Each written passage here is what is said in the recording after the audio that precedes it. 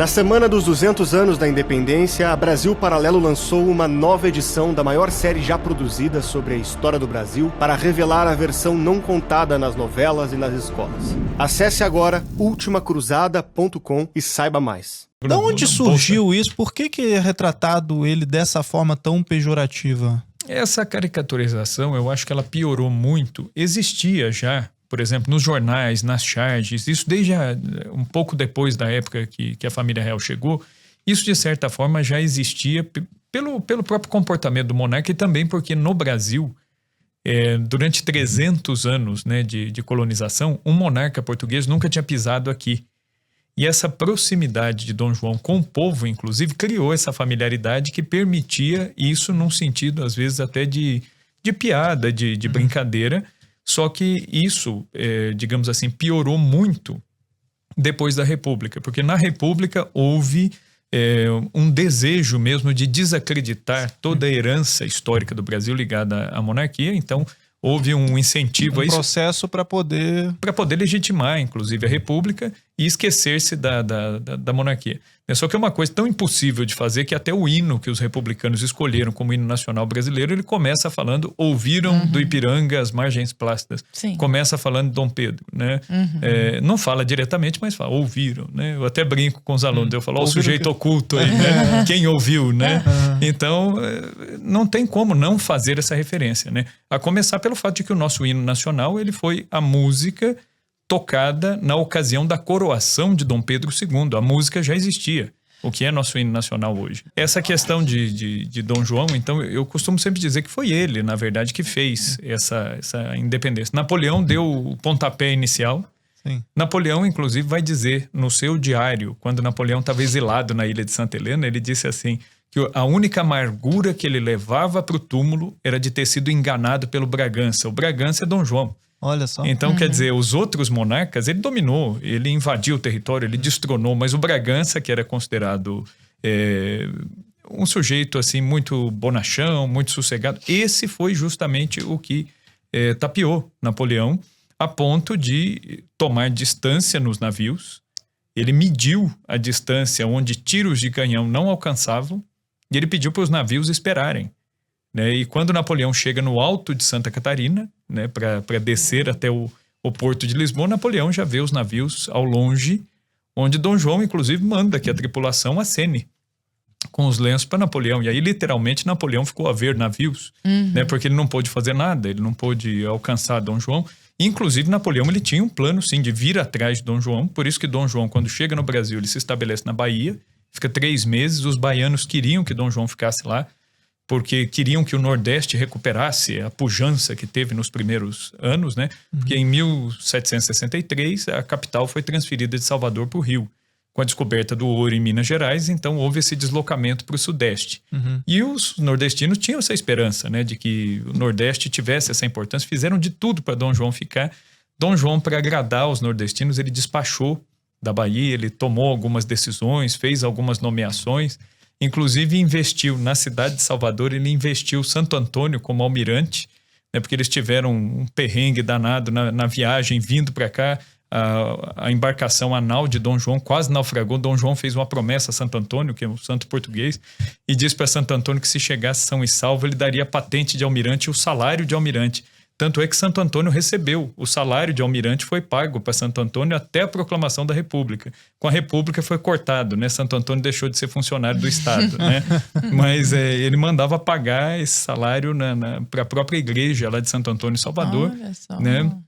Então, enfim, ele chega, foi uma recepção que ele se espantou, né? Como que o povo o recebeu bem. Carlota Joaquina, desde o início, a esposa dele, que tinha um gênio extremamente difícil, isso também ajuda nessa caricaturização, porque ela era muito impetuosa e Dom João muito calmo. Dom João gostava muito de ler, gostava muito de rezar, Dom João era muito quieto, não era muito afeito às festas e tudo mais. E a Carlota Joaquina era o extremo oposto, ela gostava de dançar, ela gostava de festas, ela gostava de vestidos, de futilidades e coisa e tal. E ela amava aquele estilo da vida de corte europeia e Dom João, pelo contrário, ele chega aqui e ele se adapta completamente ao estilo de vida dos brasileiros. Tanto é que ele cria o príncipe que seria o herdeiro, que é Dom Pedro. Dom Pedro vem criança para cá. Ele cria Dom Pedro junto quando ele se muda para o Rio de Janeiro, junto com os filhos dos empregados do Palácio São Cristóvão. Então, Dom Pedro foi educado pelo Frei Sampaio, que era um franciscano, mas não teve uma educação formal. Então, se a gente for pensar, Dom Pedro ele não foi educado como um príncipe europeu, né?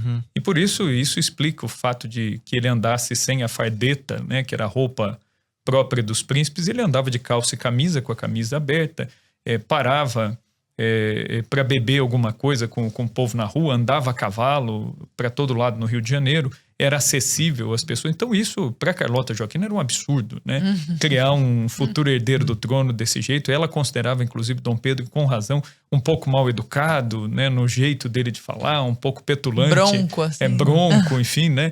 E muito diferente do irmão, né? A Carlota Joaquina, o irmão de Dom Pedro, Dom Miguel, sim, ela conseguiu que fosse educado de outro jeito.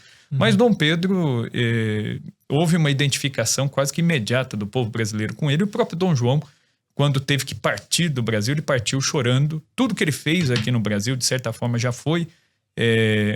foram passos para a independência. Dom João, quando ele chega, ele cria uma estrutura para governar. Ele criou o Banco do Brasil, ele criou a Casa da Moeda. Eu trouxe aqui uma moeda, né, que é a testemunha desta época aqui, né? Aqui está Mostra aqui uma perto moeda, da... aqui, ó, Isso. né? Essa daqui é uma moeda de 1816, né? Foi cunhada na Casa da Moeda aqui no Rio de Janeiro. É o primeiro dinheiro, né, feito aqui no Brasil. Então agora o dinheiro já não é mais cunhado na Europa, ele é feito aqui no Brasil. Ele criou a Real Fábrica de Pólvora, o Jardim Botânico, ele criou a Biblioteca Nacional com os volumes que ele e os nobres trouxeram. Ele compôs uma biblioteca, enfim. Depois ele também incentivou a abertura das duas primeiras faculdades, a Faculdade de Medicina no Recife, a Faculdade de Direito em São Paulo. E por que ele faz isso, né? Quando Dom João chega ao Brasil, existiam 4 médicos no território nacional inteiro.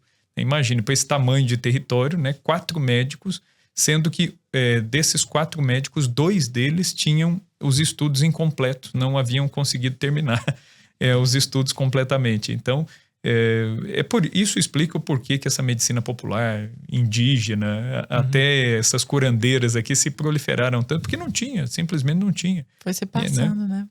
E aí Dom João, ele cria essa estrutura, a primeira escola pública, né? Até a chegada da família real portuguesa, foi um hiato na história do Brasil, porque em 1758 o Marquês de Pombal expulsou os jesuítas. As únicas escolas formais do Brasil eram as escolas dos jesuítas, dos carmelitas e dos beneditinos. Sobraram as escolas dos carmelitas e beneditinos, que eram muito pequenas, muito exíguas, e os colégios maiores, que eram dos jesuítas, não existiam mais. Então, houve um hiato, um dano irreparável na educação do Brasil. Dom João vai reparar isso em alguma medida com a vinda dele. Ele cria o Banco do Brasil, traz a missão científica com cientistas franceses, holandeses aqui para o Brasil. A fauna e a flora começam a ser registrada. Animais que não tinham nem nome científico começam a ser classificados dentro de uma família, etc. E tal. Então, quer dizer, houve um avanço nunca visto. E depois, em 1810, ele abre os portos, permite que os produtores brasileiros negociem diretamente. Então já não era mais necessário negociar com Portugal, porque o rei está aqui. Então, na prática, o Brasil ele já foi fazendo a sua independência.